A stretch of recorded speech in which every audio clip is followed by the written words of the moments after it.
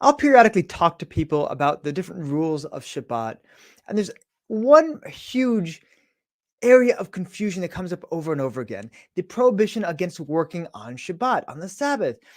And here's how it often goes: people say, well, why is it I can't drive to the synagogue on Shabbat? It's a lot more work to walk. See, a lot of the confusion comes from the fact that we use this word work.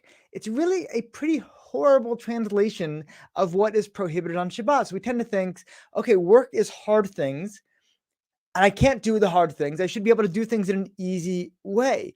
That's really not the case. The truth is, we sometimes work our butts off on Shabbat. We'll host these big meals. We'll have like 15 people there. My wife's, we're doing dishes, we're setting the table, we're entertaining, we're doing a lot of effort. There's not necessarily a chill day of just sitting on the couch or taking long naps. We can actually work really hard. So what is actually prohibited? Something we call malechet machshevet.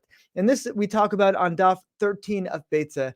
We're just talking about what is prohibited action on the Shabbat and the holidays and what is not. Really, malechet machshevet, which we sometimes really horribly translate as work, might be better.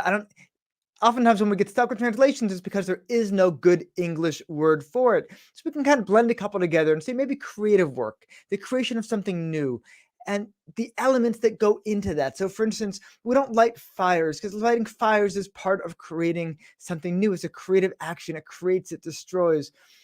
Therefore, that's why we don't, get in a car and turn the car on. It's creating a fire. It's creating these various actions.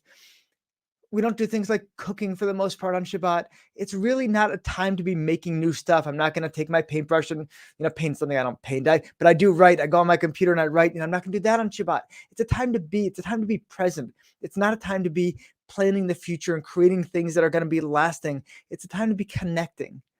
So malachet machshevet, and that's really what we're meant to be avoiding. It doesn't mean we can't put in effort. Shabbat can be a time of effort. Yom Tov, the holidays, can also be a time of effort. We're allowed to do some things like cooking in a way that we wouldn't do on Shabbat. But it's that whole thing of, are we doing something to enhance the day itself?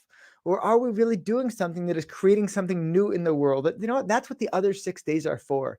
We say, you shall create on the other 6 days. It is great to create new things, but we have one day where we take this break from doing it. And then, of course, this is Beitzah, so we're talking more about the holidays, and we have these holidays, and we take a step down from doing those creative actions.